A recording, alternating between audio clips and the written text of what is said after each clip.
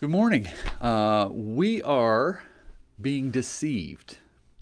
Scripture tells us that Satan is a lion seeking whom he may devour. 1 Peter 5:8 says that he is our adversary, prowling around like a roaring lion. And I want to suggest today that we are mostly unconsciously being devoured by that. John 8:44 says he's a liar and the father of lies. He's a deceiver, and I'm going to explain how he's doing that in just a second. Today is Thursday, October 28th, 2021, and this is today's Word for the World. So I wanted to talk to you about this idea. We had a prayer meeting here last night at church, and I don't know if this happens to you, but when I'm in a room of people praying, often my thoughts are just flowing like crazy. I usually have a pen and paper, and I'm writing notes down.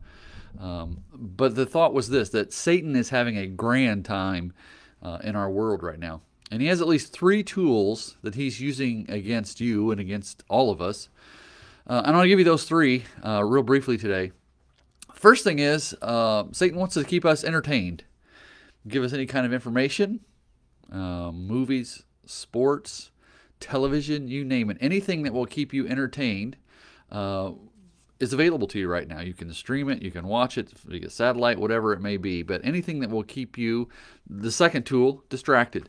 Keep us entertained and keep us distracted. He wants to keep us busy, keep us overscheduled so that we don't notice the things that are going on around us, keep us absorbed in mostly bad news, keep us overwhelmed by that, help us feel discouraged and depressed, and really wants to keep us from taking the time to stop and observe what is going on around us.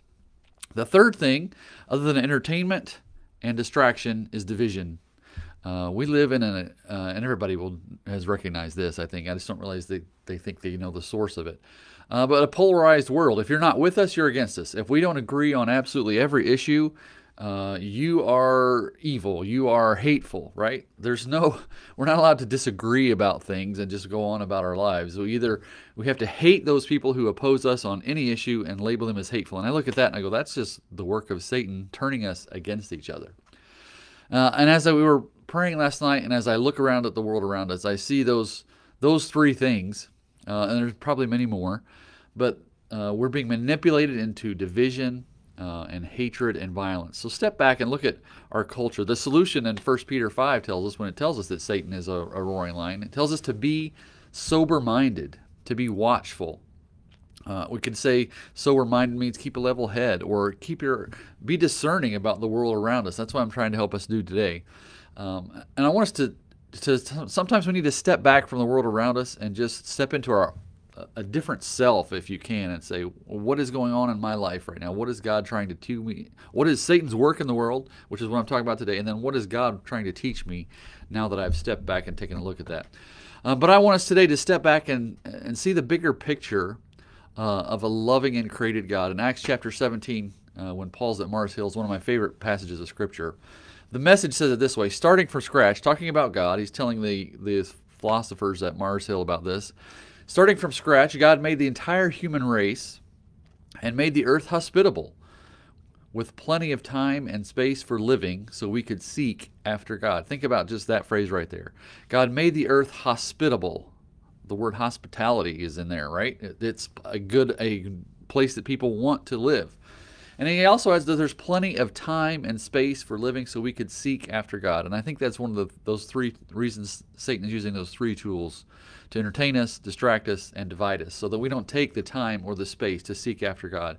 But that passage continues on in Acts 17. It says, and so that we would seek after God and not just grope around in the dark, but actually find him. He doesn't play hide and seek with us. He's not remote. He's near. We live and move in him, and we can't get away from him. So I would say to you today, in this brief time that we've had, step back today, be alert, be sober-minded. The truth is, in this battle for the hearts and minds, God will prove himself true and faithful, and he is the ultimate victor. My prayer for you today is that you'll experience a little less distraction and division, and a little bit more direction from God. So God bless you. Have a great day.